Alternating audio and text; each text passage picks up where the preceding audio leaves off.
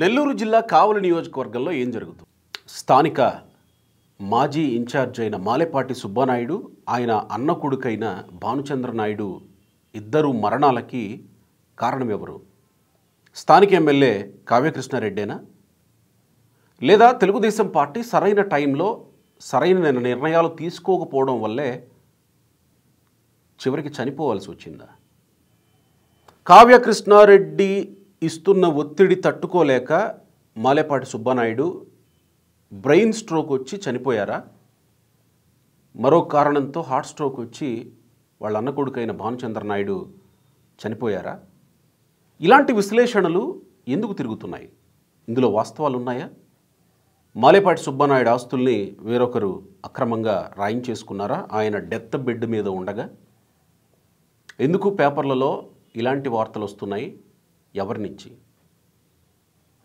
మాలేపాటి సుబ్బానాయుడు చనిపోయాడు, ఇక నెక్స్ట్ మిగిలింది నేనే, నన్ను కూడా ఇలాంటి ప్రెషర్కే గురి చేస్తారేమో అని తెలుగుదేశం పార్టీ 1982లో ప్రారంభించినప్పటి నుంచి పార్టీతో కొనసాగుతున్న ఒక వ్యక్తి ఈరోజు పెద్ద కర్మ సందర్భంగా ఎందుకు మాట్లాడాల్సి వచ్చింది?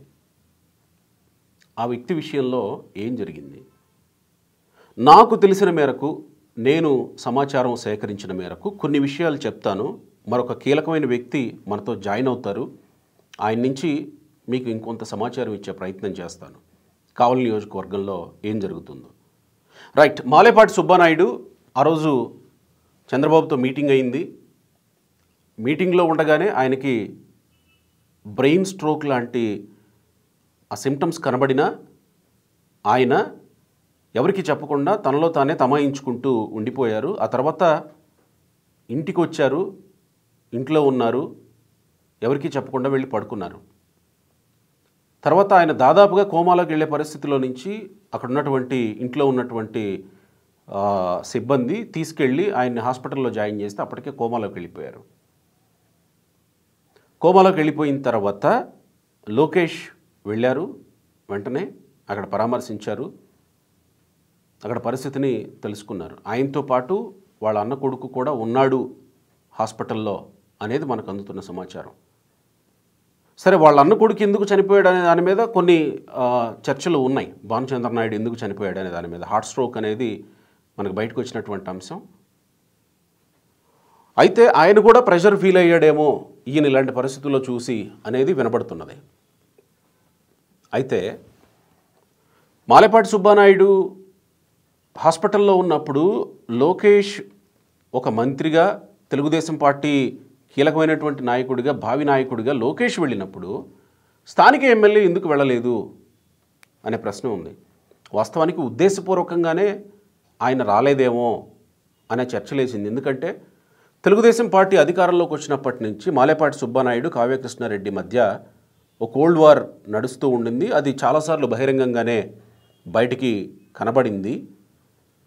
ఒక రకంగా మాలేపాటి సుబ్బానాయుడు ఆయన అన్న మీద, మాలేపాటి సుబ్బానాయుడికి పార్టీ, తెలుగుదేశం పార్టీ కూటమి అధికారంలోకి రాకముందు వైసీపీ హయాంలో 19 కేసులుంటే, కూటమి ప్రభుత్వం అధికారంలోకి వచ్చిన తర్వాత మరొక కేసు మాలేపాటి సుబ్బానాయుడు వాళ్ళ అన్న మీద అయ్యింది అనేది మనకు అందుతున్న ఒక వార్త.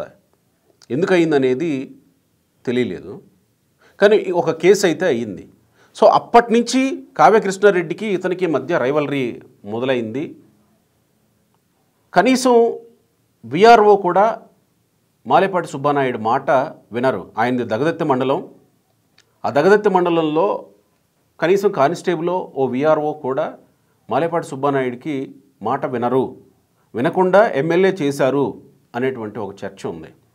సహజంగా ఓ నియోజకవర్గంలో గెలిచిన ఎమ్మెల్యే అంతా తన ఆధీనంలోనే జరగాలి, తనకు తెలిసి జరగాలి అని అనుకుంటారు.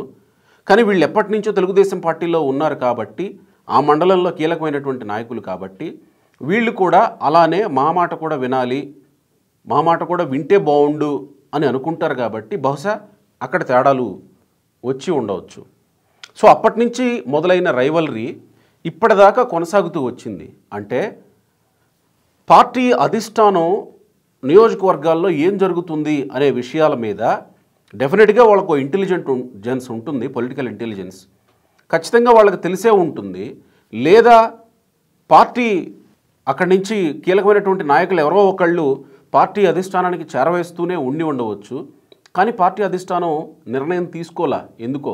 సరే నియోజకవర్గంలోనే కదా సమసిపోతాయి అని అనుకున్నారో ఏమో తెలియదు. కానీ పార్టీ అయితే నిర్ణయం తీసుకోలా. ఏ నిర్ణయం? అటు కావ్య కృష్ణారెడ్డినో మాలేపాటి సుబ్బానాయుడినో కూర్చోబెట్టి వాళ్ళిద్దరిని కాంప్రమైజ్ చేసే ప్రయత్నం అయితే జరగల. ఇక్కడ ఇంకొక విషయం చెప్పుకోవాలి మనం. ఈ మధ్యకాలంలోనే Kotamreddy Srinivasareddy NUDA chairman ration బియ్యం గురించి ఒక కామెంట్ చేశాడు. దాంతో ప్రస్తుతానికి సివిల్ సప్లైస్ మంత్రి అయిన నాదెండ్ల మనోహర్ స్పందించారు. ఆ తర్వాత వెంటనే నారాయణ స్పందించారు. వెంటనే తీసుకెళ్ళి ఆ వ్యవహారం అధిష్టానం వరకు వెళ్ళిపోయి అధిష్టానం దగ్గర సెటిల్ అయిపోయింది. తర్వాత ఎవరు మాట్లాడలేదు దాని గురించి. అందరితో సమసిపోయింది ఆ వివాదం. కానీ అలాంటి విషయాన్ని ఒక నుడా చైర్మన్ లేవనెత్తిన విషయాన్ని అంత క్విక్గా రియాక్ట్ అయ్యి సమసిపోయేలా చేసిన పార్టీ అధిష్టానం దాదాపు 15 నెలలకు పైగా అధికారంలోకి వచ్చి అప్పటి నుంచి ఈ రైవల్రీ కావలి నియోజకవర్గంలో కొనసాగుతుంటే ఎందుకు అధిష్టానం పట్టించుకోలేదు? ఉద్దేశపూర్వకంగానే వదిలేసిందా? ఇక్కడే మాలేపాటి సుబ్బానాయుడు మృతికి కారణం పార్టీ అధిష్టానం అనే విశ్లేషణలు వస్తున్నాయనేది మనకు అందుతున్న సమాచారం. సరే, ఇక మాలేపాటి సుబ్బానాయుడు చనిపోయాడు. చనిపోయిన తర్వాత స్థానికంగా ఉన్నటువంటి నాయకులు రావాలి కదా, పోనీ మంత్రులు రావాలి కదా. ఆయన అంత్యక్రియలు అయితే అధికారిక లాంఛనాలతో జరిగాయి. స్థానిక మంత్రులు నాయకులు రావాలి కదా, ఎందుకు రాలేదు? ఎమ్మెల్యే కావ్య కృష్ణారెడ్డి ఆదేశాలతోనే స్థానిక మంత్రులు నాయకులు రాలేదా? రాలేదు అనేది జరుగుతున్నటువంటి ప్రచారం. మరి కావ్య కృష్ణారెడ్డి వైపు నుంచి ఎలాంటి వివరణ వస్తుందో తెలియదు, ఆయన వర్గం నుంచి. కానీ ఎమ్మెల్యే రావడానికి ప్రయత్నించాడు కావ్య కృష్ణారెడ్డి. పోలీసులు కావ్య కృష్ణారెడ్డిని మీరు వెళ్ళొద్దు, ఎందుకంటే అప్పటికే రైవల్రీ ఉంది కాబట్టి 2 వర్గాల మధ్య, మీరు వెళ్ళొద్దు, వెళితే గొడవలయ్యే అవకాశం ఉంది కనుక మీరు వెళ్ళొద్దు అని కావ్య కృష్ణారెడ్డిని ఆపారని మనకు అందుతున్న సమాచారం. ఇంకొక విషయం, మాలేపాటి సుబ్బానాయుడు అన్న ఆయనే పోలీసులతో ఎమ్మెల్యే రాకపోవటమే మంచిది, వస్తే ఇలాంటి పరిస్థితులు అవ్వచ్చేమో అని ఈయనే కొన్ని అనుమానాలు వ్యక్తం చేశారు. గనుక అంటే మాలేపాటి సుబ్బానాయుడు కూడా వర్గం కూడా ఉంటుంది కదా, కొంచెం ఆవేశంగా ఉంటారు, ఎమోషనల్గా ఆవేశానికి లోనవుతారు.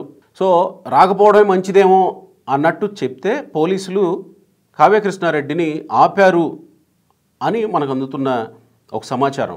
అది ఎంతవరకు వాస్తవం అనేది తెలియాల్సి ఉంది. సరే, కావ్య కృష్ణారెడ్డి ఆపారని ఒక వర్గం ప్రచారం చేస్తుంది.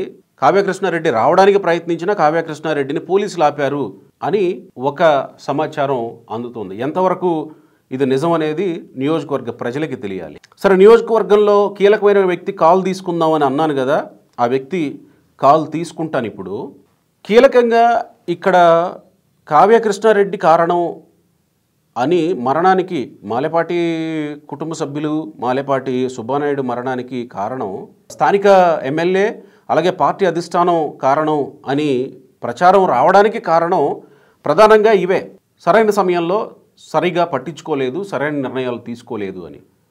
ఇక మాలేపాటి సుబ్బానాయుడు మరణం సంభవించిన తర్వాత కొన్ని ఫ్లెక్సీలు వెలిస్తే ఆ ఫ్లెక్సీల్ని మున్సిపాలిటీ సిబ్బందితో తొలగించేశాడట ఈ స్థానిక ఎమ్మెల్యే కావ్య కృష్ణారెడ్డి. ఎందుకు తొలగించాడు అది కూడా తెలియాల్సి ఉంది. వాస్తవంగానే కావ్య కృష్ణారెడ్డి ఆదేశాలతోనే తొలగించాడా లేదా మున్సిపల్ సిబ్బంది తొలగించారా? ఎవరో ఒకళ్ళు పై వాళ్ళ ఆదేశాలు ఉంటాయి కదా, పై వాళ్ళ ఆదేశాలు లేకుండా ఎందుకు తొలగిస్తారు? సో వీటన్నింటికీ సమాధానాలు కావ్య కృష్ణారెడ్డి నోరు విప్పితే కానీ తెలియాల్సి ఉంది. ఈ క్రమంలోనే ఈరోజు పెద్ద కర్మ జరిగింది. మాలేపాటి సుబ్బానాయుడు వాళ్ళ అన్న కొడుకు భానుచంద్రనాయుడు పెద్ద కర్మ జరిగితే కావ్య కృష్ణారెడ్డి ఎంపీ ఎమ్మెల్యేలు మంత్రులు, కొంతమంది మంత్రులు కూడా ఎవరు వచ్చినట్టు లేదు, కేవలం కొంతమంది ఎమ్మెల్యేలు సోమిరెడ్డి చంద్రమోహన్ రెడ్డి, తర్వాత బీదా రవిచంద్ర ఎమ్మెల్సీ, విపిఆర్ వేమిరెడ్డి ప్రశాంతి రెడ్డి వీళ్ళు వచ్చినట్టున్నారు. సో వాళ్ళంతా వచ్చారు. కావ్య కృష్ణారెడ్డి కూడా వచ్చే ప్రయత్నం చేశాడు. వచ్చే ప్రయత్నం చేయడం కాదు, వచ్చాడు. రాగానే అక్కడ హడావుడి మొదలైపోయింది. మొత్తం అంతా go back MLA, go back Kavya Krishna Reddy అంటూ మాట్లాడుతూ వచ్చారు. ఒక రకంగా ఆయన కారు మీదకు దూసుకొచ్చే ప్రయత్నం చేశారు. ఆ క్రమంలో వాళ్ళందరినీ సముదాయించే ప్రయత్నం బీదా రవిచంద్ర చేశాడు, మనం విజువల్స్లో చూసాం అక్కడ జరిగినటువంటి తతంగం అంతా. సో ఇదంతా ఈరోజు జరిగింది. కావ్య కృష్ణారెడ్డి ఒకవేళ దిగుంటే కనుక ఆయన మీద కూడా దాడి చేసేవాళ్ళేమో ఈరోజు పెద్దకర్మలో, దగదర్తిలో. సో ఇంత జరుగుతూ ఉంది, పార్టీ అధిష్టానం పట్టించుకోలేదు. అంటే ఈరోజు ఎమ్మెల్యే మీద దాడి చేసే వరకు వెళ్ళింది పరిస్థితి అని. సో ఎలాగోలా వాళ్ళిద్దరి మధ్య సయోధ్య కుదుర్చుదాం అనుకునే ప్రయత్నాల్లో ఎక్కడా ఆ సయోధ్య కుదరలేదు. చివరికి మాలేపాటి సుబ్బనాయుడు చనిపోయేంత వరకు పరిస్థితి వెళ్ళింది. సో నవంబర్ ఫస్ట్ వీక్లో లోకేష్ కావలి మాలేపాటి సుబ్బనాయుడు ఇంటికి వెళతాడు అనే ఒక వార్త వినబడుతుంది. బహుశా ఆ రోజే ఉన్న ఎమ్మెల్యే లోకేష్ వస్తున్నాడు కాబట్టి వెళతాడా చూడాలి. ఒకవేళ వెళితే ఆ రోజు కూడా అలాంటి పరిస్థితులే ఉంటాయా? ఉంటాయి కాబట్టి ఎమ్మెల్యే వెళతాడా వెళ్ళడా ఏమవుతుందో చూడాలి. ఈరోజు ఈలోపు ఎమ్మెల్యే నుంచే ఉన్న వస్తాయా చూడాలి. సరే, లోకేష్ వెళుతున్నాడు కాబట్టి లోకల్గా ఉన్నటువంటి మంత్రులు, ఎంపీలు వీళ్ళంతా వస్తారా చూడాలి. కానీ ఇక్కడ ఓ నెల్లూరు నుంచి నడిచేటువంటి ఓ పత్రిక, కీలకమైనటువంటి పత్రిక, మాలేపాటి సుబ్బనాయుడు చనిపోతే ఎందుకు వెళ్ళలేదు అని పార్టీలో ఉన్నటువంటి వ్యక్తుల్ని గురించి రాసిన తర్వాత, కంటిన్యూస్గా వార్తలు రాసిన తర్వాత, ఇంకా మీడియాలో పుంఖానుపుంఖాలుగా వార్తలు వచ్చిన తర్వాతనే మంత్రి నారాయణ వెళ్ళాడు అనేటువంటి వార్త కూడా ఉంది. మరి వెళ్ళాల్సిన స్థానిక నాయకుడు చనిపోతే, పార్టీకి ఓ నియోజకవర్గ ఇన్ఛార్జిగా చేసిన వ్యక్తి చనిపోతే వెళ్ళాల్సిన బాధ్యత మంత్రులకు ఉంటుంది కదా, కానీ వాళ్ళు వెళ్ళలేదు. సో ఇప్పుడు లోకేష్ వెళ్తున్నాడు కాబట్టి వీళ్ళందరూ వెళ్తారు, ఓకే. కానీ ఎమ్మెల్యే వెళ్తాడా అనేది ప్రశ్న. సరే, ఇప్పుడు అసలు విషయానికి వద్దాం. ఆ వ్యక్తితోటి నేను ఫోన్ చేసి మాట్లాడతాను. మనతో బొట్లగుంట శ్రీహరి నాయుడు గారు ఉన్నారు. కావలి నియోజకవర్గం స్థానికుడైన, కావలి నియోజకవర్గంలో ముసునూరులో ఉంటారు. శ్రీహరి నాయుడు గారు నమస్తే అండి. నమస్తే. శ్రీహరి నాయుడు గారు, మీరు ఎప్పటి నుంచి తెలుగుదేశం పార్టీలో ఉన్నారు? నేను 1982 పార్టీ, ఎన్టీఆర్ పార్టీ పెట్టినప్పటి నుంచి నేను తెలుగుదేశం పార్టీ ఉన్నాయా. ఇప్పుడు మీ వయసు ఎంత? నాకు 76 సంవత్సరాలు, 76 వచ్చిందయ్యా. యాక్టివ్గానే మాట్లాడుతున్నారు, బాగా, చాలా సంతోషం. ఆరోగ్యంగా ఉన్నారు, చాలా సంతోషం. అయితే ఈరోజు కావల్లో ఎమ్మెల్యే కావ్య కృష్ణారెడ్డి మీద దాడి వరకు వెళ్ళింది పరిస్థితి, ఎమ్మెల్యే మీద ఏకంగా. అసలు ఈ పరిస్థితి రావడానికి కారణం ఏంటి? కావల్లో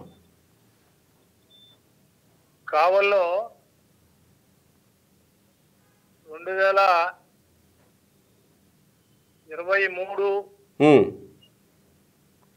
ఆ ప్రాంతంలో సుబ్బానాయుడికి తెలుగుదేశం పార్టీ నియోజకవర్గ ఇన్ఛార్జిగా ఆయనకి ఇవ్వడం జరిగింది. ఓకే. ఆ రోజు నుంచి ఆయన పడిన బాధ, కష్టం అంతింత కాదు. రాజకీయాల్లో వైసీపీ ప్రభుత్వం వచ్చిన తర్వాత అసలు రాజకీయం అనేదాన్ని మనం గమనిస్తే చాలా దుర్మార్గమైనటువంటి పరిస్థితి ఉంది ఆనాడు. అవునవునవును, అప్పుడున్న పరిస్థితులు తెలుసు అందరికి. ఆ క్రమంలో ఆయన బాగా కష్టపడి పనిచేసి పార్టీ 10 మంది బయటికి రానప్పుడు కూడా ఆయన పార్టీ కోసం కష్టపడి పనిచేసినటువంటి వ్యక్తి సుబ్బానాయుడు. ఓకే. అయితే పార్టీ టిక్కెట్ కాడికి వచ్చేటప్పటికి మరి కులం ప్రాతిపదికన లేకపోతే డబ్బులు ఏ విధమో మనకు తెలియదు, కానీ ఆ పార్టీ అధిష్టానం కావ్య కృష్ణారెడ్డి గారికి టికెట్ ఇవ్వడం జరిగింది. ఒక్క మాట ఇక్కడ చెప్పండి, మాలేపాటి సుబ్బానాయుడికి ఇన్ఛార్జ్ ఇస్తున్నప్పుడే పార్టీ అధిష్టానం మీకు ఇన్ఛార్జ్ ఇస్తున్నాం, కానీ టికెట్ మాత్రం ఇవ్వలేకపోవచ్చు, మీరు దానికి సిద్ధపడితేనే ఇన్ఛార్జ్ ఇస్తాం అని చెప్పే ఇన్ఛార్జ్ ఇచ్చిందా అని బయట మనం అన్నారు. కానీ ఓకే. అయితే ఒక్క విషయం అయ్యా, ఇన్ఛార్జ్ ఇచ్చి టికెట్ ఈయనంటే ఈయనకి డబ్బులు వరకు ఉన్నాయా, ఈయన పనిచేసేదానికి ఏమన్నా ఎట్లా? అసలు పార్టీ టికెట్ ఇస్తానంటేనే కదా ఇస్తారని, ఒకవేళ ఆయన ఇస్తానని చెప్పలేదు, ఈయన ఇస్తారని ఆశపడి కష్టపడి పనిచేశాడు బాగా బ్రహ్మాండంగా. ఓకే. చివరిగా చంద్రబాబు నాయుడు గారి ఇదేం కర్మ మన రాష్ట్రానికి ప్రోగ్రాం వరకు ఆయనే ఉన్నారు. చంద్రబాబు నాయుడు ఇదేం కర్మ మన రాష్ట్రానికి అనేది, తర్వాత ఆయన కొడుకు పాదయాత్ర. ఓకే. ఓ పాదయాత్ర అప్పుడు కూడా ఈయనే ఉన్నారు. ఓకే. పాదయాత్ర ఆయనే 5 రోజులు ఏ నియోజకవర్గం నెల్లూరు జిల్లాలో 5 రోజులు జరిగిన సందర్భమే లేదు. ఓకే. ఒక కావలి నియోజకవర్గంలో 5 రోజులు ఆయన పాదయాత్ర జరిగింది. ఓకే. పాదయాత్ర కావచ్చు, మళ్ళీ చంద్రబాబు నాయుడు మీటింగ్ కావచ్చు, వీటన్నిటిని ఆయనే పార్టిసిపేట్ చేశాడు. మొదటి నుంచి ఈ ఫ్యామిలీ తెలుగుదేశం పార్టీతో ఉన్న వాళ్ళేనా? మాలేపాటి ఫ్యామిలీ మొదటి నుంచి వీళ్ళు తెలుగుదేశం పార్టీ. ఏది 82 నుంచి? 82 నుంచి తెలుగుదేశం పార్టీ. వీళ్ళది దగదత్తి మండలం. దగదత్తే. ఓకే. ఓకే. ఆ తర్వాత కావ్యకృష్ణారెడ్డికి టికెట్ ఇచ్చారు. టికెట్ ఇచ్చినప్పటి నుంచి పరిస్థితి ఏంటి? వాళ్ళిద్దరి మధ్య సయోధ్య కుదర్చలేదా పార్టీ అధిష్టానం? అంటే ఒక కాంప్రమైజింగ్ తోటి టికెట్ ఇవ్వలేదా? వాళ్ళకి తెలిసే చెప్పారు టికెట్ కృష్ణారెడ్డికి ఇస్తారనేటువంటి లాస్ట్ మినిట్ లో ఆయనకి తెలిసింది. ఓకే. ఆయన కొద్దిగా మనస్తాపం కూడా చెందాడు ఆయన. ఓకే.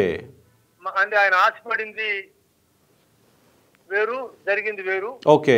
కానీ పార్టీ టికెట్ ఎవరికి ఇచ్చినా పని చేయాలనేటువంటి భావం కలిగిన వాళ్ళు. ఓకే. నాతో బాగా ఆయన ఈ మన షేర్ చేసేవాడు. ఏదైనా విషయం ఉంటే అంటే అనా ఇట్లా ఏంటి మంచి చెడ్డని నాతో మాట్లాడేవాడు సుబ్బారాయ్. ఓకే. టికెట్ ఇచ్చినప్పుడు కూడా మేము ఇద్దరు మాట్లాడుకొని మనం వేరే ఆలోచన మనకు వద్దయా, మనం ఖచ్చితంగా తెలుగుదేశం పార్టీకి చేయాలని ఆయన నాతో చెప్పడం, నేను ఆయనకు చెప్పడం కూడా జరిగింది. ఓకే.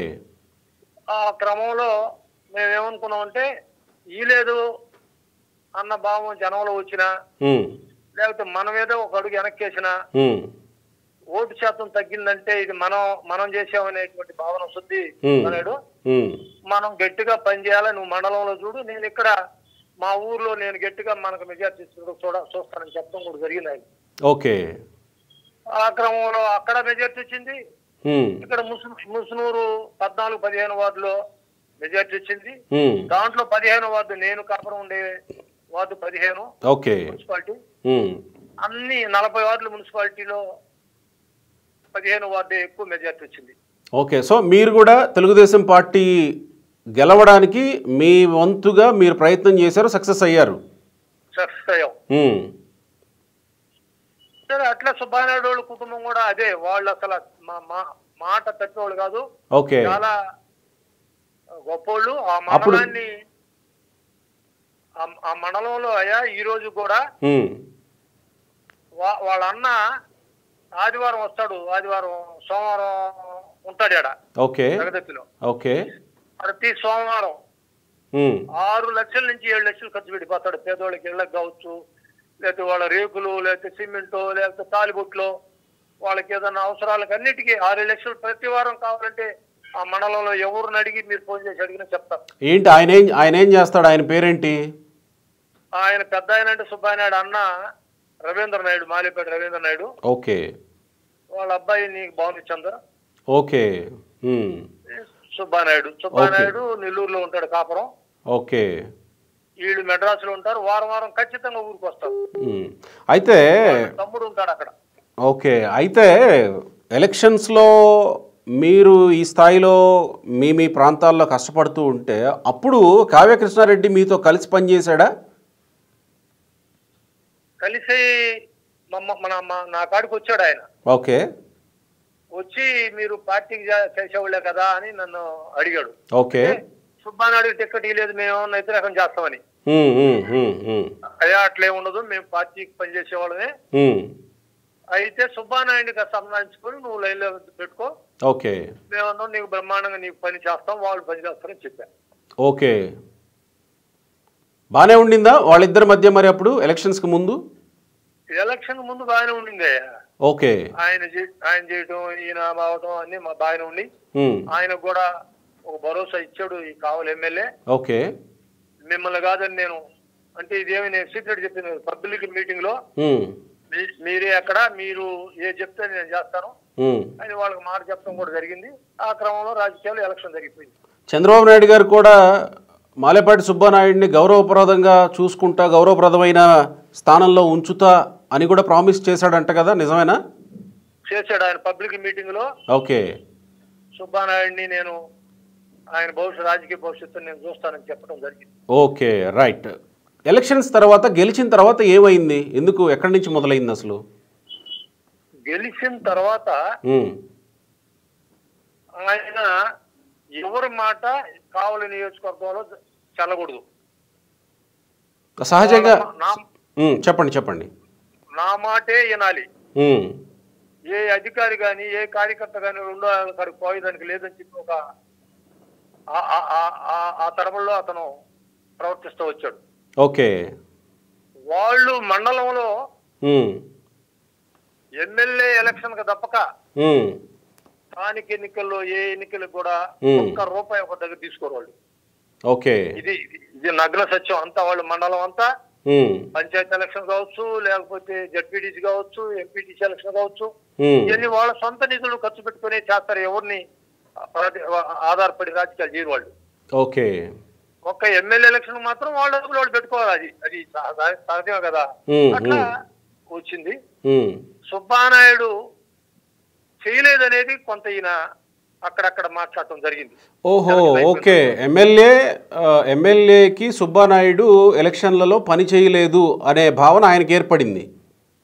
నాకు బాగా పని చేయలేదు ఓకే అన్న మాట ఆయన చెప్పడం కూడా జరిగింది. అక్కడక్కడ మాతో కూడా చెప్పాడు ఆయన. ఓకే. నేను అప్పుడు చెప్పాను, అట్లుండదయా, వాళ్ళకి బాగా గట్టిగా చేస్తారు, అటు చేసేది ఏముండదు అని చెప్పాను. ఓకే. కానీ ఆయన అభిప్రాయం మాత్రం ఇదే, నేను చెప్పిందే. ఈ మండలం వాళ్ళ చేతులు ఏంది, వాళ్ళు చేసేది ఏంది, నేనే చేయాలా, నేను చెప్పినట్టు వాళ్ళు వినాలా అన్న భావం. తర్వాత ఏంటంటే చంద్రబాబు నాయుడిని జైల్లో పెట్టినప్పుడు వైసీపీ తరఫున ప్రసాద్ నాయుడు అని మా కమ్మోళ్ళు అయిన ఆ ఊర్లో వైసీపీ తరఫున పార్టీని మెయింటైన్ చేస్తుంటాడు. ఓకే. ఆయన్ని తీసుకొని పార్టీలో చేర్చాలని చెప్పి చంద్రబాబు గారికి తీసుకున్నట్టు, ఓకే, వాళ్ళు ఆయన వ్యతిరేకించి పంపించినట్టు మాకు ఈ కథనాలు వచ్చినాయి. మాకు వాళ్ళు అక్కడ వ్యతిరేకించడానికి కారణం మాలేపాటి సుబ్బానాయుడేనా? అంటే వాళ్ళ పార్టీలో చేర్చుకోవాలంటే వాళ్ళని తీసుకొని రావాలా, వాళ్ళకి తెలియకుండా నేను చేర్చుకోనని చెప్పి చంద్రబాబు చెప్పాడు అనే పరిస్థితి మాకు ఇక్కడ లోకల్ గా మాకు ఏర్పడింది. ఓకే. అదే మాలేపాటి సుబ్బానాయుడే వాళ్ళని పార్టీలో చేరకుండా చేర్చుకోకుండా అడ్డుపడ్డాడు అనే మాట కూడా వినబడుతుంది. అది వాస్తవమేనా? చేర్చుకోకుండా అంటే వాళ్ళకి యాంటీ కదా, చేర్చుకోవద్దు అనేది వాళ్ళ భావన. ఓకే. కానీ ఈయన తీసుకుపోయి అక్కడ చేర్చేటప్పుడు వాళ్ళు ఎక్కడ ఎవరికి చెప్తారో వాళ్ళు లేరు కాదు. ఆయనకి ఈవాడు తీసుకుపోయి మాట్లాడుకున్నాడు ఆయన. Okay okay okay. అది చంద్రబాబు ఇక్కడ ఆయన వ్యతిరేకించాడు. వ్యతిరేకం అంటే వాళ్ళకే వాళ్ళు వైసీపీ తెలుగుదేశం కాబట్టి వాళ్ళు చేర్చుకోవాలని ఎందుకు అనుకుంటుంది ఈయన. వాళ్ళు చంద్రబాబుని అరెస్ట్ చేస్తే బాగా వాళ్ళ ఊరంతా తిరిగి నల్ల ముందు కాల్చారంట. Okay okay okay. అటువంటి చేర్చుకోవాలంటే వాళ్ళు వ్యతిరేకిస్తారు కదా మామూలుగానే ఎవరైనా. సో అంటే కావ్యకృష్ణారెడ్డి గతంలో వైసీపీ నుంచే వచ్చాడు కాబట్టి వాళ్ళని కూడా తన వర్గంగా చేర్చుకోవాలని అనుకున్నట్టు అర్థం చేసుకోవాలి ఇక్కడ. అంతేనా? అర్థం చేసుకునేది కాదు. ఆయన ఈ పార్టీలోకి వచ్చాడు, తన వర్గాన్ని తెచ్చుకోవాలనుకుంటున్నాడు. ఆయన మాట చల్లాలా, ఆయన వర్గం కావాలా. ఓకే. తెలుగుదేశం అనేది వినపడకూడదు. తెలుగుదేశం మేము తెలుగుదేశం మొదటి నుంచి అవునా తెలుగుదేశం అయితే అన్న భావన ఏ మనిషిని వివేకానంగా. ఏంటి బూతులు కూడా మాట్లాడతాడా ఆయన? చిన్నంగా కాదయ్యా. మీరు ఈరోజు ఉదయం ఆ సభలో బూతులు, ఆయన మాట్లాడే బూతులు కూడా చెప్పారు. అవునే. సరే ఇప్పుడు చెప్పొద్దులే గాని బూతులు కూడా మాట్లాడతాడు. అయితే బూతులు చిన్నంగా కాదయ్యా. నువ్వు పోయి ఒక పని అడిగి మళ్ళీ కానీ అడిగినావు అంటే నిన్ను ఏదో ఒకటి అనేస్తుందంటే బూతులే. అంటే బూతులు ఎందుకు అవతల వ్యక్తుల్ని ఊరికే తిట్టే స్వభావం సహజంగా ఎవరికి ఉండదో. ఏదైనా అవతల వ్యక్తులు ఏదన్నా చేసి ఉండాలేమో కదా అతనికి అంత బూతులు తిట్టేంత కోపం వస్తుంది అంటే. ఇప్పుడు నేను ఒక పని మీద పోయానయ్యా. మీరే? నేనే. ఓకే. మీకు ఒక షార్ట్ కట్ లో 2 మాటలు చెప్తాను. చెప్పండి. ఒక జేఎల్ఎం అని అసిస్టెంట్ హెల్పర్. ఓకే. అతను మాకు ఇక్కడ మా డాబా ఒకటి ఉంది. ఓకే. మా డాబా చెంచుగనపాలెం, చౌదరిపాలెం అని 2 గ్రామాలు ఉండి అక్కడ వాడి అబ్బాయి హెల్పర్. ఓకే. వాళ్ళది సంఘం, అంటే బుచ్చి దగ్గర సంఘం దగ్గర వాళ్ళ ఊరు. ఆ అబ్బాయి నాకు అడిగి వచ్చి, పెద్ద ఆయన నాకేం పెద్ద పరిచయం కూడా కాదు. అంటే ఆ ఓట్ల కాడ ఏదో ఇబ్బంది వచ్చినప్పుడు, కరెంట్ ఇబ్బంది వచ్చినప్పుడు వస్తే చూసిపోతున్నాడు, అంతవరకు పరిచయమే. ఆ అబ్బాయి వచ్చి నన్ను అడిగాడు, అన్నా అట్లా నాకు కొద్దిగా ట్రాన్స్ఫర్ ఇప్పించన్నా, ఎమ్మెల్యే దగ్గర ఒక లెటర్ ఇప్పించాను అడిగాడు ఆ అబ్బాయి. నేను లెటర్ ఇప్పించాను ఆయనకి. ఆయన సిఎండి అంటే తిరుపతిలో ఉంటది, ఈ జోన్ కు సంబంధించి ట్రాన్స్ఫర్ చేసేది. అక్కడ పోయి అతను ఎవరు తంటాలు పడ్డాడో అతను ట్రాన్స్ఫర్ ఆర్డర్ తెచ్చుకున్నాడు. కొడవలూరుకి, కావలి నుంచి కొడవలూరు. ఇక్కడ ఎలక్ట్రికల్ డిఈ గారు ఆ అబ్బాయిని రిలీవ్ చేయలే. రిలీవ్ చేయకపోతే నా కాడికి వచ్చి ఇట్లా జరిగింది పెద్దనా, ట్రాన్స్ఫర్ తెచ్చుకున్నానంటే నేను ఎమ్మెల్యే గారికి ఫోన్ చేశాను. చేస్తే ఇప్పుడు ట్రాన్స్ఫర్ లేవే, ఆగిపోయినాయే లేవు అన్నాడు. కాదయ్యా మీరు లెటర్ ఇచ్చారు, ఆ లెటర్ తెచ్చిపోయి సిఎండి దగ్గర ఆయన ట్రాన్స్ఫర్ ఆర్డర్ తెచ్చుకున్నాడు అంటే, అట్టయితే ఇబ్బంది లేదు, నేను డిఈకి చెప్తాను అన్నాడు. సరే అబ్బాయి పంపించేది అబ్బాయిని అంటే, లేదు లేదు 2 రోజులు వస్తాను నా కాడికి, నేను చెప్తాను అప్పుడు బొమ్మను అన్నాడు. నేను 3 రోజుల తర్వాత నేను ఫోన్ చేశాను ఎమ్మెల్యే గారికి. ఫోన్ చేస్తే బొమ్మను నేను వచ్చాను నా కాడికి, బొమ్మను అతను పోయి కలవమన్నాడు. ఈ అబ్బాయి అక్కడికి పోతే ఆ రోజు డి గారు ఆ రోజు డ్యూటీకి మరి రాలేదు, ఆఫీస్కి రాలేదని మళ్ళీ 4:30 సాయంత్రం నా కాడికి వచ్చాడు, 9 గంటలకు పోయినాడు. నేను డి గారికి ఫోన్ చేశాను, అయ్యా అట్లా నేను మాకు అబ్బాయిని పంపించాను, ఎమ్మెల్యే గారు చెప్పారు అది రిలీవ్ ఆర్డర్ కొద్దిగా ఇవ్వండి అంటే, నేను నాకు చెప్పలేదు, అట్లా నేను పంపించేదానికి లేదు అన్నాడు. సరే ఇక ఆయనతో నేను మాట్లాడే ఉపయోగం ఉంది, సరే నేను ఎమ్మెల్యే గారికి చెప్పిస్తాయా అని చెప్పి తెల్లారి పొద్దున ఎమ్మెల్యే గారికి ఫోన్ చేశాను. ఆయన ఎక్కడ బయట ఉన్నట్టుంది, నాకైతే తెలీదు, ఫోన్లో మాట్లాడినా. నువ్వు డి గారి కాడికానా నువ్వు అని అట్లా చెప్పాడు.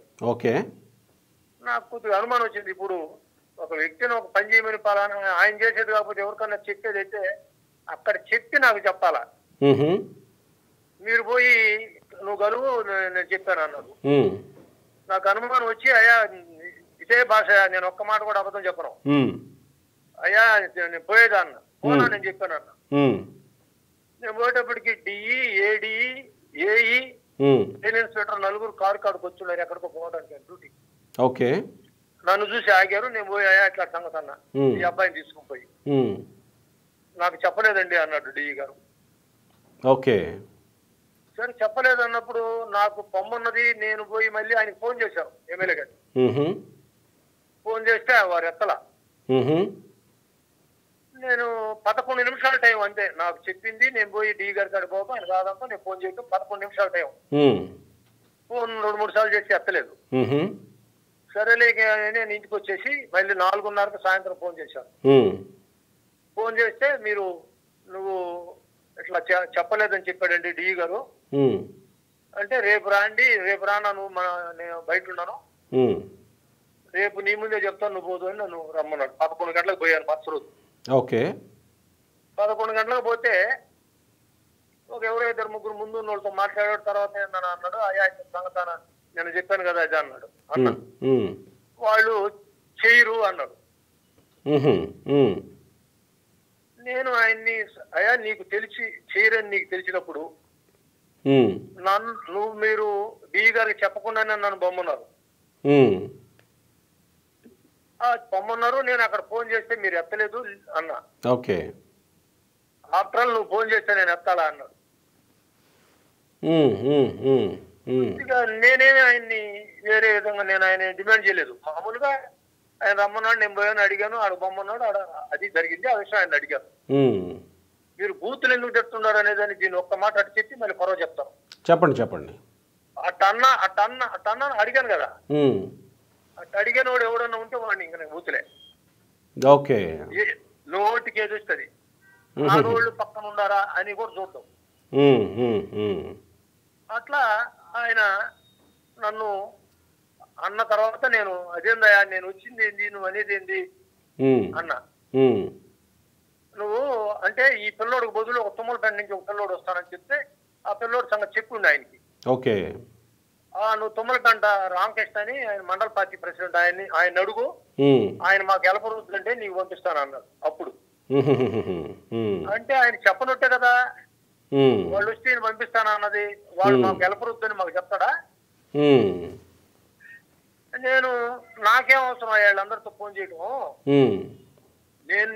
నేను నువ్వు నేను అడిగాను, నువ్వు రమ్మన్నావు, చెప్తానన్నావు, చెప్పలేదు, నువ్వు మళ్ళీ ఈ మాట మాట్లాడుతున్నావు.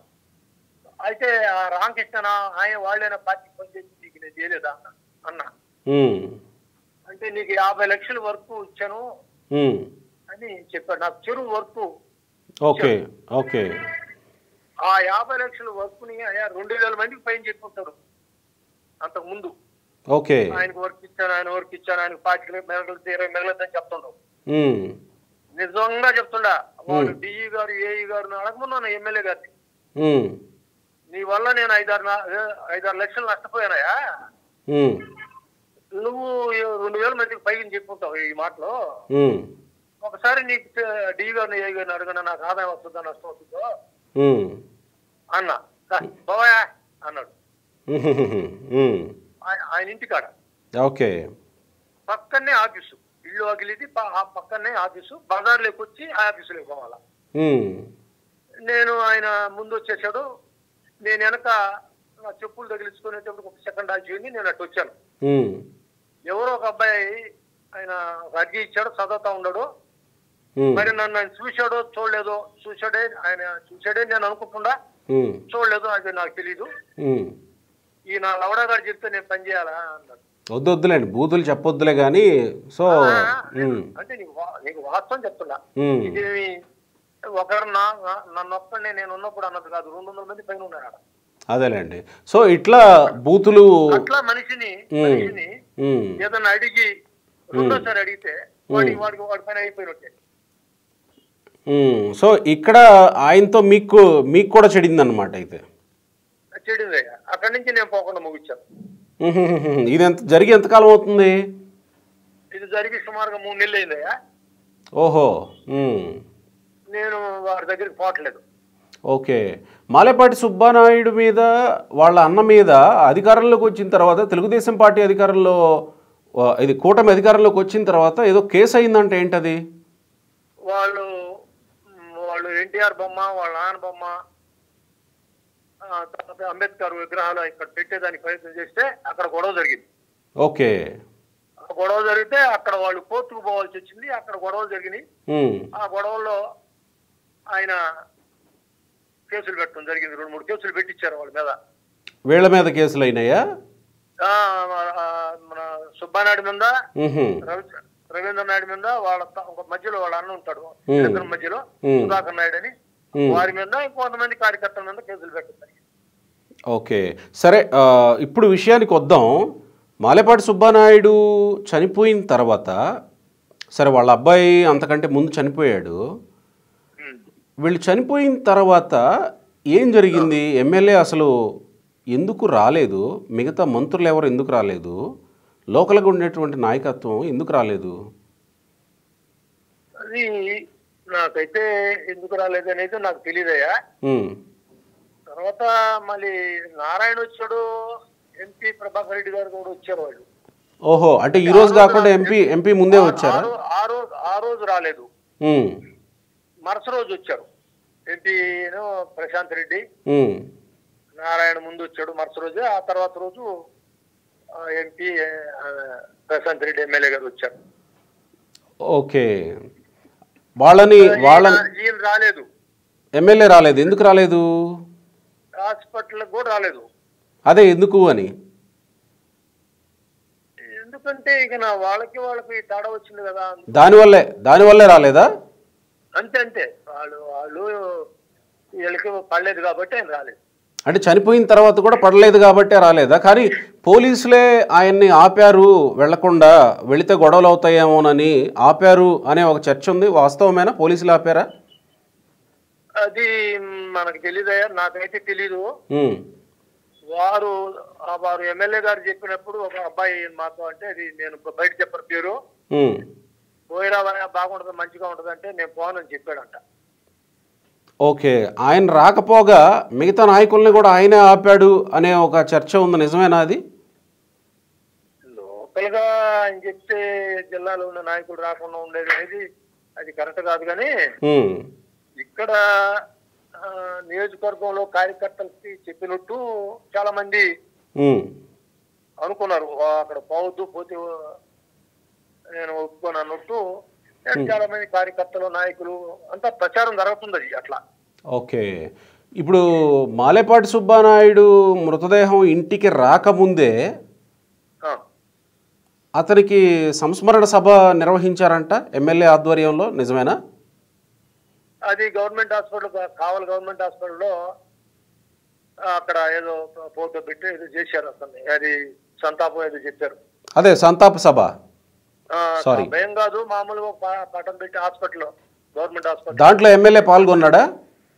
పాల్గొన్నట్టే చూచింది ఆ రోజు. అంటే ఇంటికి రాకముందే సంతాప సభ ఎందుకు పెట్టినట్టు? ఇంటికి రాకుండా ఉండటానికి.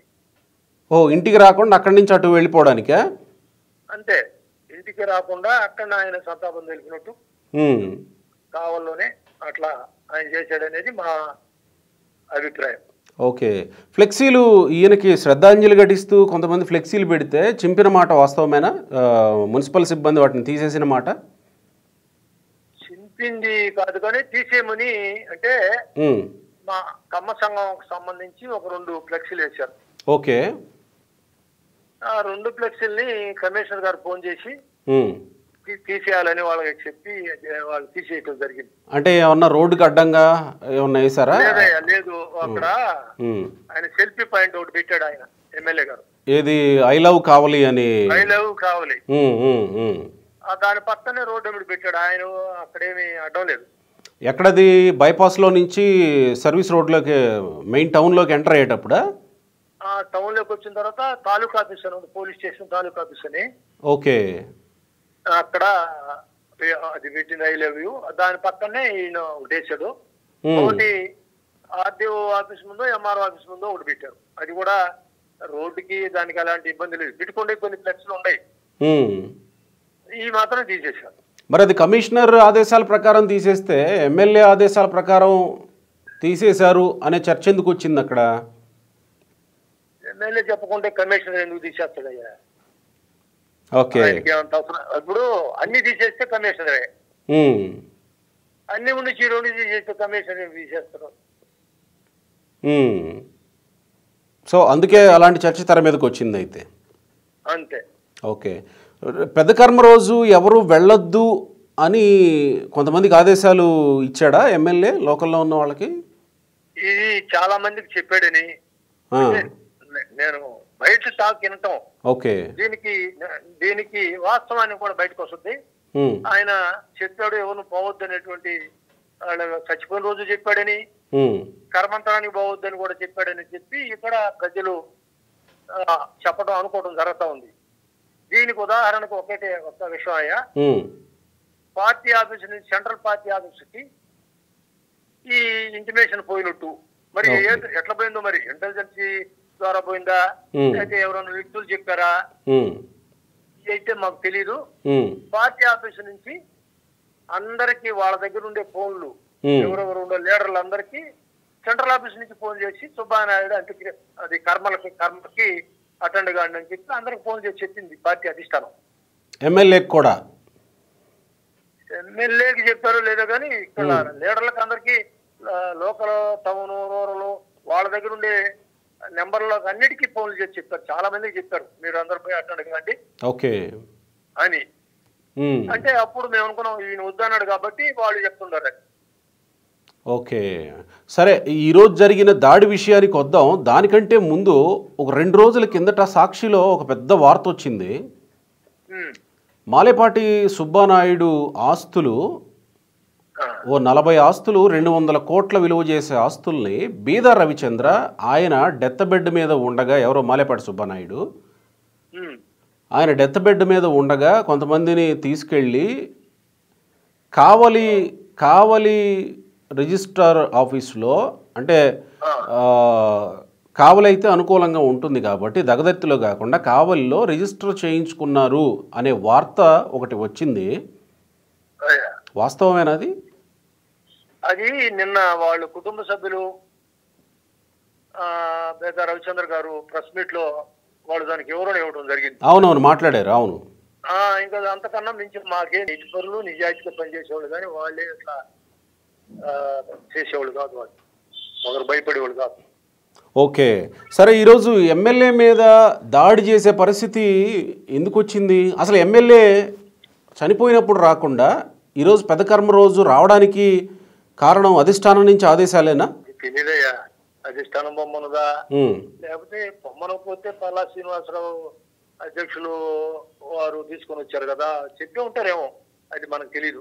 ఓకే, మరి ఈరోజు పెద్ద కర్మ జరుగుతూ ఉంది, దాడి చేసేంత ఆక్రోశం ఎందుకు ఇంకా ఉంది అక్కడ మాలేపాటి వర్గంలో? వాళ్ళు ఇప్పుడు అక్కడ ఆ మండలం అంతా కూడా కావలి మొత్తం నియోజకవర్గం అందరూ కూడా సావుకు కారణమే ఎమ్మెల్యే అనేది వాళ్ళ ఆలోచన. అతను అరాచ్ చేశాడు, వాళ్ళ భూములు ఏ ఉంటే ఆ భూములు కాడ సొంత భూములు పట్టా భూముల్ని శివాయిలు కానీ కాలం వెంబడేదని. అవును, అదొక వివాదం ఉంది. అదేంటది? ఆ వివాదం ఏంటి అసలు? వ్యవసాయం చేసేటప్పుడు ఎవరన్నా వాగుల మీద మా పొలం ఉంది, పట్టా భూమి ఉంది, ఓకే, వాగు దగ్గరగా ఉంటది, వాగు మీద ఉండే పొలాన్ని అది వాళ్ళు చేసుకుంటారు. అది ఎవరైనా సహజం, అది నేనైనా ఆయనైనా ఇంకొక అయినా అదేమి ఆక్రమించుకునేది కాదు, అది ఓకే వాడుకుంటారు. గవర్నమెంట్ కావాలన్నప్పుడు ఇచ్చేస్తారు, దాన్ని వాళ్ళు ఆక్రమించుకునేది ఏముంటది? అదే లేదు. అట్టాడిది వాళ్ళు సర్వే చేసి వాళ్ళు అసలు అట్టాటి భూమి ఎకరా 30 సెంట్లకు వాళ్ళకి అసలు లెక్క కొడలేదే. వారానికి 6 లక్షలు 7 లక్షలు ఖర్చు పెట్టుకోండి. ఓకే, దాని అట్టాడి దానికి వాళ్ళు ఎందుకు పోతారు? దాన్ని ఒక వివాదం చేసి వాళ్ళు మానసికంగా బాగా ఇబ్బంది పెట్టి. అంటే ఏం జరిగింది? ఏం జరిగింది? ఆ భూమిని లాగేసుకుందా గవర్నమెంట్? అక్కడ లాగేసుకోవాలి, సర్వే చేశారు, శివాయున్న కాడికి వాళ్ళు తీసుకుంటారు కదా. గవర్నమెంట్ భూమి ఉంది, కాలం ఫారం ఉంది, వాళ్ళు తీసుకుంటారు. అది వాళ్ళకి కావాల్సినప్పుడు తీసుకుంటారు, దానికేమి అది తప్పేం కాదుగా. అదేం తప్పు కాదుగా, వాళ్ళు కూడా దాని గురించి ఏం అనుకోవట్లేదు. మరి దీంట్లో ప్రెషర్ కి గురి కావాల్సింది ఏమొచ్చింది? హరాస్మెంట్ కి గురి కావాల్సి వచ్చింది ఏముంటుంది?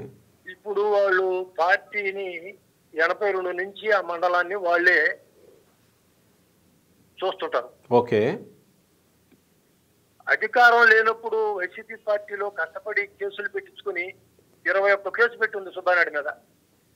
ఏది అధికారంలోకి రాకముందు? 19 అని చెప్పాను నేను, 21 ఉన్నాయా? ఓకే, 21 నాతో చెప్పాడు సుబ్బానాయుడు, 21 కేసు పెట్టి ఉన్నారు నా మీద. ఓకే, నా మీద 8 కేసులు ఉన్నాయి. ఓహో, ఇట్లా మేము పార్టీకి సిన్సియర్ గా ముందుండి పనిచేస్తున్నాం కాబట్టి మా మీద వాళ్ళు వైసీపీ వాళ్ళు పార్టీకి కేసు పెట్టారు. ఆ గవర్నమెంట్ లో పెట్టారు, ఎదుర్కొన్నాం, హైకోర్టులు కూడా పోయినాం. వాళ్ళు హైకోర్టుకు పోయి వాళ్ళ నాయన వాళ్ళ బొమ్మ పెట్టాలంటే ఎకరాలు పెట్టాలంటే హైకోర్టు స్టే ఇచ్చి పెట్టుకున్నారు వాళ్ళు. ఓకే, వాళ్ళు నానా అంటే ఒక ఇయర్ నాతో ఒక రోజు సుబ్బానాయుడు చెప్పినాడు, అన్నా నాకెందుకు ఈ పదవి, నాకు బాధేస్తున్నాను ఈ పదవి, నాకెందుకన్నా ఒక ఈఆర్ఓ మాట వినటం లేదన్నా, ఓకే, ఒక ఎస్ఐ చెప్తే మన మాట వినే పరిస్థితి లేదు, మాకెందుకు అసలు ఇది పదవి అన్న బాధ ఆయన ఎలపించాడు నా దగ్గర. నేను అందుకే ఆ మీటింగ్ లో కూడా చెప్పాను, పదవే కదా, పదవి ప్రజల్లో ఉండేవాడికి పదవి కూడా అవసరమే, ప్రజలే అవసరమే, ప్రజలకు కావాల్సిందే కదా చేయాలంటే పదవి కావాలా అన్నా బాబు. వాళ్ళ దగ్గర ఉంది అవన్నీ వాళ్ళని చాలా ఒకటి కాదు, ఏ చిన్న విషయానికి కూడా అక్కడ పక్కన పెట్టి మండలంలో వాళ్ళని అన్ని విధాల ఇబ్బంది పెట్టి కేసులు పెట్టించి వాళ్ళని అరాచ్ చేశారు. ఆయన మనిషి వాళ్ళు ఏంటంటే చాలా పేదోళ్ళన్నా చాలా చాలా చాలా మర్యాద కానీ వాళ్ళ ఇంట్లో భోజనాలు పెట్టేటన్నీ వాళ్ళు బాగా చేస్తుంటారు. వాళ్ళు పని చేయలే, ఇప్పుడు ఒక పెన్షన్ ఇప్పలేకపోతే తెలుగుదేశం గవర్నమెంట్ లో ఎందుకు ఇదేంటి ఆగ్రో ఇండస్ట్రీ ఎందుకు అది? ఆయన కోసం ఆయనకి అలంకారం, ప్రజలకి మేలు చేసేదానిక. సో మానసికంగా ఇబ్బంది పడ్డారు, అయితే మానసికంగా ఇబ్బంది పెట్టారని భావం ప్రజల్లో ఉంది. కావలి నియోజకవర్గం కాదు, జిల్లాలో ఉదయగిరి, కావలి, సుబ్బానాయుడు కుటుంబం తెలిసిన వాళ్ళు మొత్తం అదే మాట. ఎన్టీఆర్ విగ్రహం విషయంలో ఏం జరిగింది ముసునూరులో? ఎన్టీఆర్ విగ్రహం మేము తెలుగుదేశం గవర్నమెంట్ లో 2018-17లో నేను వివరం పెట్టాను ఇక్కడ. ఓకే. నేను వెనకాల ఆ విగ్రహాన్ని వెనకాల గుడి ఉంటుంది, మహాలక్ష్మి గుడి. ఆ గుడికి గాని ఇంకో కుటుంబానికి గాని ఈ ఊర్లో ఎవరికి ఇబ్బంది లేనటువంటి ఏరియాలో పెట్టాం. ఓకే. పెట్టినప్పటి నుంచి వాళ్ళు దాన్ని తీసేయాలని వైసీపీ వాళ్ళు. ఓకే. అయితే నేను 14 లక్షలు ఖర్చు పెట్టి, నా సొంత డబ్బులు కాదయా, మేము అందరం వేసుకుని 14 లక్షలు ఖర్చు పెట్టి ఆ బొమ్మను పెట్టుకున్నాం. ఓకే. తీసేశారు దుర్మార్గంగా. ఈ గవర్నమెంట్ వచ్చిన తర్వాత నేను బొమ్మ పెట్టాలా అని ఎంతో ఉండింది నాకు. బాలయ్య బాబు ఎన్నిసార్లు ఫోన్ చేసి రవిచంద్ర చెప్తే రవిచంద్ర నాకు చెప్పాడు, అన్నా బొమ్మ పెట్టను బాలయ్య నన్ను తగులాడుతున్నాను అంటే ఆ ప్రభుత్వంలో పెట్టే పరిస్థితి లేక ఆగిపోయాం. సరే ఈ ప్రభుత్వం వచ్చిన పెడదాం అనుకుంటే నేను ఎమ్మెల్యేగా నేను రవిచంద్ర గారు నన్ను అడిగాడు, అన్నా బొమ్మ పెట్టన్నా అని. ఇప్పుడు నాకు చెప్తే ఉపయోగం ఉందా, ఎమ్మెల్యే గారికి చెప్పండి అన్న. ఎమ్మెల్యే గారికి నేను చెప్పాను, నువ్వు చెప్పానా, నేను చెప్పను అన్నాడు. నేను ఆయన అన్నాడు కదా అంటే ఇక్కడ కాదు అది రోడ్లు పెడదాంలే అన్నాడు, డివైడర్లు పెడదాంలే అన్నాడు. కనీసం నిన్న గడప గడప కార్యక్రమానికి వచ్చినప్పుడు ఆ బొమ్మ పక్కనే నేను నిలబడి ఉండా, అంటే బజార్లో వాడవతల బొమ్మ ఉంది, ఈయన వచ్చాడు. నేను ఆ నిలబడ్డా బొమ్మ సంగతి ఏమైనా అంటాడు కావాలా సరే చెప్తామని. దాని సాయదోళ్ళ నా మాట కూడా ఇలా గమ్ము వెళ్ళిపోయాడు. అసలు తెలుగుదేశం మేము అంటేనే ఎందుకు ఆయనకి నచ్చదయ్యా, చెప్పాడయ్యా. తెలుగుదేశం పార్టీ ఎమ్మెల్యేగా ఉంటూ తెలుగుదేశం మనుషులు తెలుగుదేశం కార్యకర్తలు నచ్చకపోతే ఎలాగండి? ఎట్లా ఇది ఈ న్యాయం ఎక్కడుంది ఇది? తర్వాత ఎవరికి చెప్తాం, ఎవరికి చెప్పుకున్నాం మేము? లోకల్ నాయకత్వం ఏమైందండి? జిల్లా నాయకత్వం ఉంటుంది. తర్వాత అత్యంత కీలకంగా బీదా రవిచంద్ర అక్కడే ఉన్నాడు. ఆయన కీలకమైన నేత రాష్ట్రంలో, మీకు అందరికీ తెలుసు కదా. మరి ఆయన ఎందుకు ఈ సమస్యని సాల్వ్ చేయలేకపోయాడు అక్కడ? ఏమో మరి మనం ఏం చెప్పాలి, మేమైతే చెప్పుకున్నాం, మా బాధ చెప్పుకున్నాం ఆయన. ఓకే. మరి ఆయన ఎందుకునో సాల్వ్ చేయలేదు. నేను ఆయన ఒక్క విషయం చెప్తాను. నేను రవిచంద్ర గారిని నేను అడిగిన మాట చెప్తాను. చెప్పండి. ఏమిరెడ్డి ప్రభాకర్ రెడ్డి గారు కావల్లో మీటింగ్ పెట్టాడు ట్రై సైకిల్ ఇవ్వడానికి వికలాంగులకి. ఓకే. పెద్ద మీటింగ్ పెడితే ఆ మీటింగ్ సుబ్బారాయుడు కలవలేదు వాళ్ళు. ఓహో. ఆయన ప్రోటోకాల్ ఉందిగా అప్పటికే చైర్మన్ గా ఉన్నాడు, ఆగ్రోస్ చైర్మన్ గా ఉన్నాడు. ఆయన పార్టీ రాష్ట్ర ఉపాధ్యక్షుడు. కరెక్ట్. ఆయన్ని అసలు ఇన్వైట్ చేయలే.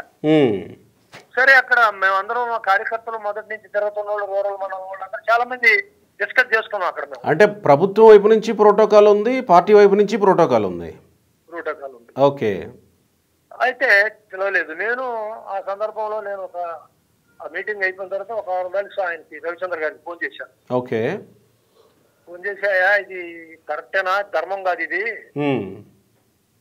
సుబ్బానాయుడిని ఇన్ఛార్జి ఇప్పించింది నువ్వే, మరి సుబ్బానాయుడిని ఇక్కడ ఏమిరెడ్డి ప్రభాకర్ రెడ్డి గారు మీటింగ్ పెడితే పిలవనంత తప్పు ఏం చేశాడయా, దీన్ని సరిచేయాల్సిన బాధ్యత నీ మీద ఉంది, నువ్వు ఆలోచించవా అని చెప్పాను నేను. ఆయన నా విషయం కూడా చెప్పుకున్నాను, నన్ను ఇట్లా అన్నాడయ్యా, ఆయన ఏం అనలేదు అని చెప్పినా ఆయన ఊరక తలకాయ ఊపి మరి ఎందుకునో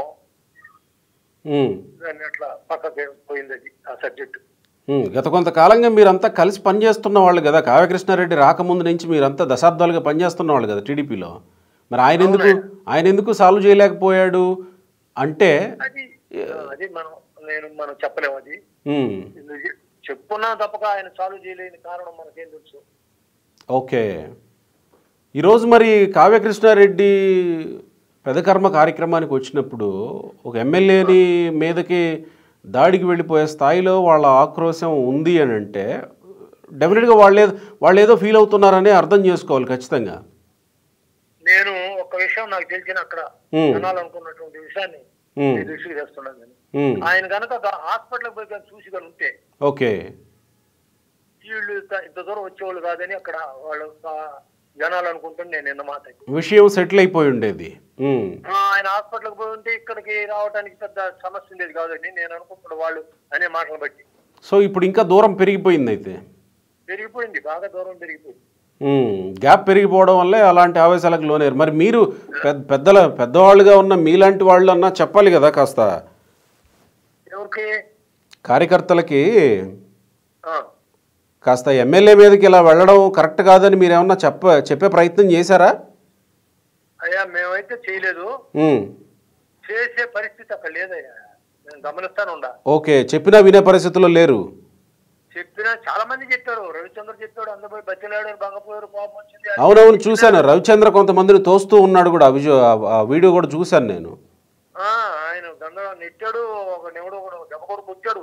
ఓహో అని చెప్పారు. నేను ఎడంగా ఉన్నా, వీళ్ళందరూ నాకు నేను మోకాల ఆపరేషన్ చేసుకున్నా, అసలు నేను జనాలెక్కి తోపుళ్ళెక్కి నేను పోలేను, కొద్ది భయం.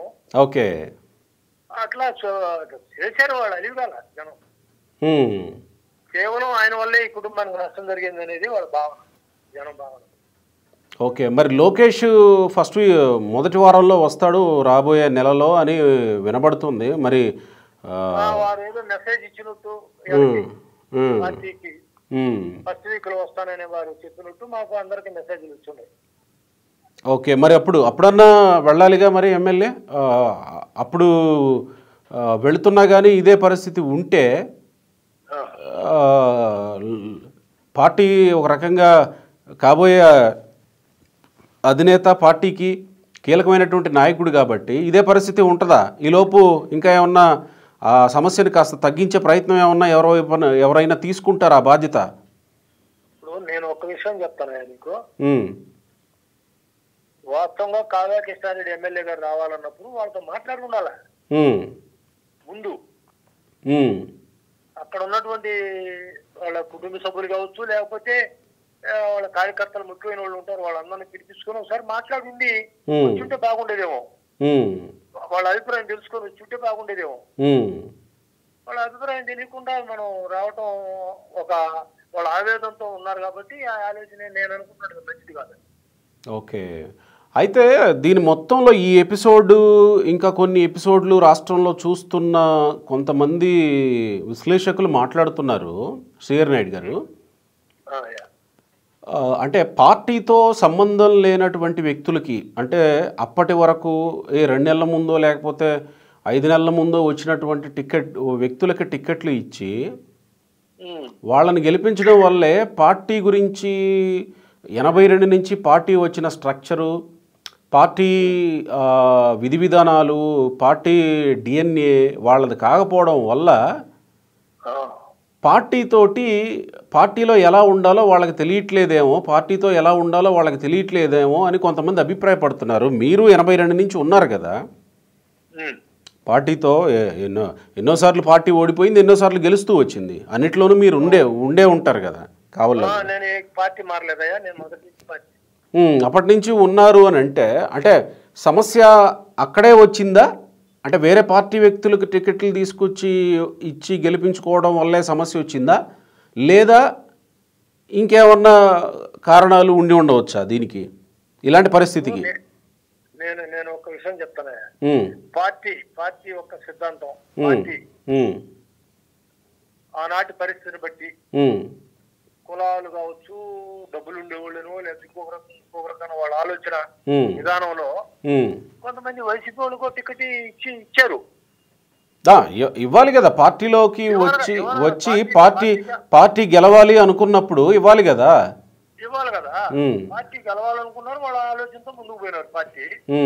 కానీ వీళ్ళు పార్టీ గెలిచిన తర్వాత పార్టీ నన్ను గెలిపించలేదంటే ఈ టైంలో మొన్న 2024 ఎలక్షన్ లో వైసీపీ ప్రభుత్వం మీద జనాలకి విపరీతమైనటువంటి వ్యతిరేకత వచ్చింది. అవును, చంద్రబాబు అయితే తప్పక దీన్ని ఇప్పుడుండే పరిస్థితుల్లో గాని పెట్టలేడు ప్రభుత్వం అనేటువంటి ఆలోచన ప్రజలకు వచ్చింది. అవును, టిక్కెట్ నాకు ఇచ్చిన డబ్బులుంటే నేనేది కలిసివ్వండి. ఇది ఎవరో లావో బలం కాదు, ఇది ఒక చంద్రబాబు నాయుడు జగన్మోహన్ రెడ్డి చేసిన తప్పులు, దానివల్ల గెలిచారు. అయితే ఈ కొత్తగా వచ్చిన వాళ్ళు అనుకునేది ఏంటంటే మేము డబ్బులు పెట్టాం. ఇక్కడ కావలి విషయం చెప్తున్నాను. అదేలేండి. డబ్బులు పెట్టాం, మేము డబ్బులు పెట్టా. 118 కోట్లు పెట్టానయా. 118 కోట్ల 118 కోట్లు పెట్టి, ఇది నేను ఊరక సీక్రెట్ చెప్పేది కదా, పబ్లిక్ మీటింగ్ లో చెప్పిన మాట. ఓ 118 కోట్లు ఖర్చు పెడితే గెలిచానయా. ఇక్కడ పార్టీ ఆడున్నాయా, పార్టీ 30,000 చిల్లరతో గెలిచా. మరి నన్ను చూసి ఓట్లు వేశారు. ఎమ్మెల్యే పబ్లిక్ గా చెప్పాడు ఈ మాట. పబ్లిక్ గా, ఓపెన్ సీక్రెట్ ఇది. ఎలక్షన్ కమిషన్కి తెలుసో లేదో మరి, అన్ని కోట్లు ఖర్చు పెట్టి గెలిస్తే కేసు అవుతుంది. అది ఇంకా ఆయన మరి ఆయన ద్వారా ఏదో కేసు అవడమే కాదు, డిస్క్వాలిఫై అయ్యే అవకాశం కూడా ఉంటుంది. మరి వైసీపీ వాళ్ళు పట్టించుకోలేదు ఈ విషయాన్ని. పబ్లిక్ గా ఆయన చెప్తాడు, నేను 118 కోట్లు ఖర్చు పెట్టాను, రాలేదు, ఎక్కడ ఉన్నాడు తెలుగుదేశం పార్టీ అని మాట్లాడాడు ఆయన. ఓకే, ఆయన ఆ దూరంలో ఉన్నాడు. పార్టీ సింబల్ వచ్చింది, సింబల్ కోసం ఏదో పాకులాడాడు. సింబల్ వచ్చిన తర్వాత నా వల్లనే గెలిచాను నేను. 33,000 కాలేజ్ చరిత్రలో ఎవడు గెలలేదు, నేను గెలిచాను నా ఇమేజ్ అని చెప్పి ఆయన చెప్పుకుంటాడు. సో మొత్తానికి మమ్మల్ని ఎవరు చేస్తే కదా, నీలిగితే మమ్మల్ని ఎవరు లెక్క. మేము తెలుగుదేశం, మేము 40 ఏళ్ల నుంచి పార్టీలో ఉన్నాం అని అంటే ఇంకా లెక్క చేసే పరిస్థితి ఉండదంటారా? అసలు లేదు ఇక్కడ. నువ్వు పాత కథ అంటాడు చెప్పకాక, ఇప్పుడు నేను గెలిచినాక చెప్పు అంటాను. ఇబ్బందులు పడిందని ఆ గవర్నమెంట్లే కదా మేము. మొత్తానికి ప్రతిపక్ష వైసీపీకి అవకాశం ఎవరైతే కావల్లో, వైసీపీకి అవకాశం ఎవరైతే విమర్శించడానికి, మిమ్మల్ని మీరే విమర్శించుకుంటూ మీ పార్టీని మీరే ఎమ్మెల్యే ఒక పక్క, ఇంకా కొన్ని వర్గాలు ఒక పక్క, సరే ఈ వివాదం నేపథ్యంలో వర్గాలు అయ్యిందంటే అది డెఫినెట్గా ఎమ్మెల్యే తప్పనే వస్తుంది. అంటే పార్టీ అధిష్టానం డెఫినెట్గా దాని మీద విచారణ చేపడుతుంది. తప్పెవరిది అనేది తేలుస్తారు. ఒకవేళ తప్పెవరిదైనా కానీ మాలేపాటి సుబ్బానాయుడు అయితే ప్రస్తుతానికి పోయాడు, చనిపోయాడు, ఆయన లేడు. ఇప్పుడు అయ్యా మనుషులు కానీ గౌరవించాలి. ఇక్కడ కులాలు ఉండేది ఎప్పుడో మనకు తెలియదు, కులాలు పెట్టింది. మన అందరం మనుషులు, ఒకరికొకరు గౌరవించుకోవాలా, ఒక్కొక్కరు సహాయపడాలా. చేయగలిగినోడు చేయించుకున్నోడు ఉంటాడు, చేయగలిగినోడు ఉంటాడు. చేయగలిగినోడు చేసి పెట్టాలి, పార్టీ అన్నాక పని చేసి పెట్టాలి. రైట్. అది వదిలేసి తెలుగుదేశం ఎక్కడుంది ఇక్కడ అంటే ఇక మేము ఎవరికి చెప్పుకోవాలా. అయితే ఒక్క విషయాన్ని నేను చెప్పి మీరు సెలవిస్తే ముగించుకుంటాను. తప్పకుండా చెప్పండి. ఇట్లా మనుషులు ఉన్నప్పుడు, బతికున్నప్పుడు మాట్లాడుకునేటువంటి పరిస్థితి వేరు. వాళ్ళు చచ్చిపోయారా ఇద్దరు, చచ్చిపెట్టే 38 సంవత్సరాల బిడ్డ ఒక అతను దొరికాడు. 60 సంవత్సరాల వయసులో సుబ్బానాయుడు చచ్చిపోయాడు. ఒక కుటుంబంలోని ఇద్దరు. ఈ స్థాయికి వచ్చినప్పుడు కూడా నేను చెప్పుకోకపోతే ఇదేదో గ్రూపులను, పార్టీలను అంటే ఇక భగవంతుడు మమ్మల్ని క్షమించొద్దా? ఖచ్చితంగా. సందర్భం మనుషులైతే మాట్లాడుకుంటాం, చెప్పుకుంటాం, మంచిగా చెడ్డ తెలుసుకుంటాం. కుటుంబంలో ఇద్దరు చనిపోయారయ్యా. ఓకే, నెక్స్ట్ టార్గెట్ నేనే. ఈ మాట అన్నారు, ఎందుకు అట్లా అన్నారు? నా మీద కూడా మళ్ళీ కేసు పెట్టించాడయ్యా. ఓ, ఈ గవర్నమెంట్ వచ్చిన తర్వాత నా మీద కేసు పెట్టించాడు బలవంతంగా. పోలీసు అంటే మా కుటుంబం, పోలీసు అంటే ఏ గవర్నమెంట్ అయినా మేము చాలా చాలా సున్నితంగా, చాలా పద్ధతిగా ఉంటాం. వారు మమ్మల్ని ఎవరు, ఆ పార్టీలో కూడా, ఆ గవర్నమెంట్ లో కూడా మమ్మల్ని ఎవరు చిన్న కేసు పెట్టారు కదా. అలా ఈ పాదయాత్రనో లేదా ఇంకోటో కేసులు పెట్టారు. అది గవర్నమెంట్ ఏదో వాళ్ళు తీసుకుని పెట్టారు. ఓకే, వ్యక్తిగతంగా అదేలేండి. నన్ను 2 గంటలకు తెస్తే 6 గంటల దాకా స్టేషన్ నుండి ఇచ్చాను. నేను ఏం చేయాలి చెప్పు, మీరు చెప్పండి. ఏది ఈ గవర్నమెంట్ లో వచ్చాక? ఈ గవర్నమెంట్ వచ్చిన మేము 60 ఏళ్ళు, 76 సంవత్సరాల వయసు, 67 నుంచి రాజకీయాల్లో ఉన్నా, కాంగ్రెస్ వ్యతిరేకంగా పనిచేస్తా ఉన్నా. తెలుగుదేశం వచ్చిన తర్వాత తెలుగుదేశం పార్టీకి ఈ రోజుకి చిన్న తప్పు చేసి ఎరగం, ఒకరి దగ్గర ఒక 5 రూపాయలు ఏదైనా పని చేసి తీసుకొని ఎరగం, క్రమశిక్షణగా ఈ పార్టీలో పనిచేస్తుంటే ఈ ప్రభుత్వం వచ్చిన తర్వాత, ఈ ప్రభుత్వం అది ఎమ్మెల్యే వచ్చిన తర్వాత ఇక ఈ రకంగా ఉంటుంది. ఏం చేయాలా, రాజకీయాలు ఎందుకు, ఒక ఆవేదన అసలు 2 రేట్లు నిద్రపట్లేదయ్యా, నిజం చెప్తున్నా భగవంతుడు సాక్షిగా. ఓకే, చివరిగా ఇప్పుడు మరి ఏం కోరుకుంటున్నారు మీరు? అధిష్టానానికి చెప్పాలనేది ఉద్దేశం. చెప్పిన తర్వాత వాళ్ళు చేసే నిర్ణయాన్ని బట్టి మనం ఏం చేయాలని ఆలోచిస్తాం. అది మాత్రం గ్యారంటీ. మనం ప్రభుత్వానికి చెప్పుకోవాలా, అదిగా మన అధినాయకులకు చెప్పుకోవాలా. అవకాశం మాకు ఇంకా రాలా. నేను 3 నెలల నుంచి వాళ్ళని పట్టుకొని అపాయింట్మెంట్ ఆడుతుంటే వాళ్ళిద్దరూ దేశాలు పట్టుకొని కంపెనీల కోసం డబ్బుల కోసం తిరుగుతూ ఉండరు వాళ్ళు. అంటే నాకు వాళ్ళు ఇవ్వలేదనేది కాదు, ఇది మొత్తంగా వాళ్ళు అందుబాటులోకి రావట్లా. వాళ్ళు ఎక్కడెక్కడ తిరుగుతూ ఉండరు, ఆయన చంద్రబాబు గాని లోకేష్ బాబు గాని. వాళ్ళు వచ్చినప్పుడు వారిని అడిగి మా కష్టం, నేను అర్జీలు కూడా 2 తయారు చేసుకుని ఉన్నాను అని చెప్పి వారికి ఇద్దాం. వారు ఏం చేస్తారో ఆలోచించి సరే ఇక కానప్పుడు ఏం చేయాలనేది నిర్ణయించుకోవాలి. మేమైతే పార్టీ మారేది, పార్టీకి ఇంకొక రకంగా ఆలోచన అయితే మేము చేయము. అది మాకు అది పెద్ద ఈ కష్టాలేం పెద్ద మాకేం పెద్ద లెక్కలేదు. ఇప్పుడు మీరు ఇప్పటి వరకు గంటసేపు మాట్లాడిన అభిప్రాయాలన్నీ ఒక శ్రీహరినాయుడు గారి అభిప్రాయాలు మాత్రమేనా, ఒక సమూహపు అభిప్రాయాల కావలి నియోజకవర్గంలో? ఇది సమూహపు అభిప్రాయం. ఓకే, అంటే మీకు ఆయనకి కాస్త చెడింది కాబట్టి మీరు చేస్తున్నారేమో అనుకునే అవకాశం కూడా ఉంటుంది కదా, ఇలాంటి ఆరోపణలు చేస్తున్నారేమో అనుకునే అవకాశం ఉంటుంది కదా? కాదయ్యా, నేను నిజం చెప్తున్నా. రైట్. నా కళ్ళ ముందే చాలా మంది ఇతర కులాలు బీసీలు ఎట్టంటే అటు మాట్లాడి ఉంటారు. ఓకే, ఇక మనం నన్ను అన్నాడు, నా వ్యక్తిగతంగా నేను కూడా తట్టుకోలేక ఆయన్ని ఇది కరెక్ట్ కాదు, భాష పద్ధతిగా మాట్లాడని చెప్పి వచ్చేసాను. నేను చేసేదేం. ఓకే, సో ఇప్పుడు పార్టీ అధిష్టానం కలుగు చేసుకుని దృష్టి పెడితే తప్ప కావలి నియోజకవర్గంలో పరిస్థితులు చక్కబడే పరిస్థితి లేదంటారు అయితే? లేదయ్యా. రైట్, చూద్దాం. థ్యాంక్ యూ ఓపిక్గా ఇంతసేపు మాట్లాడినందుకు శ్రీహరినాయుడు గారు. దాదాపు గంట సేపు మాట్లాడారు. ఆరోగ్యం జాగ్రత్తగా చూసుకోండి. మంచిది. సరే, ఇక పార్టీ అధిష్టానం చూసుకొని ఏం చర్యలు తీసుకుంటుందో, లేదా ఇప్పుడు నడుస్తున్న చర్చకి ఎలాంటి ముగింపు పలుకుతుందో తెలుగుదేశం పార్టీ అధిష్టానం చేతిలోనే అంతిమ నిర్ణయం. Thank you. మీకు ధన్యవాదాలు, నమస్కారాలు. థ్యాంక్ యూ వెరీ మచ్ అండి శ్రీహరినాయుడు గారు. Thank you.